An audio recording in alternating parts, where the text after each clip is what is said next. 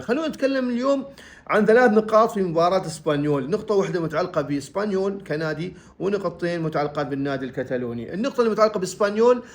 اليوم كل هذا اللي شفتوه الضغط، وتحس ان لعيبة اسبانيول يلعبون على الكرة وشادين حيلهم، ترى في الاخير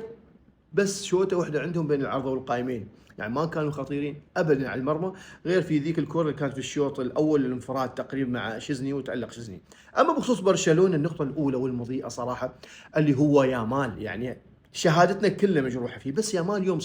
اصبح اللاعب رغم عمره الصغير، اليوم اصبح هو اللاعب المتحكم في رتم برشلونة، يرفع الرتم او ينزل الرتم رغم ان عمره 17 سنه، فمستقبل كبير جدا ينتظره بكل تاكيد. اما النقطه الثانيه المضيئه لنادي برشلونه صراحه جارسيا لاعب جوكر اصبح، اليوم قدم ادوار رائعه جدا وهو يلعب كباك يمين، سواء والله بالعرضيات سواء بالخذوهات مع يامال، شعرت انه لازم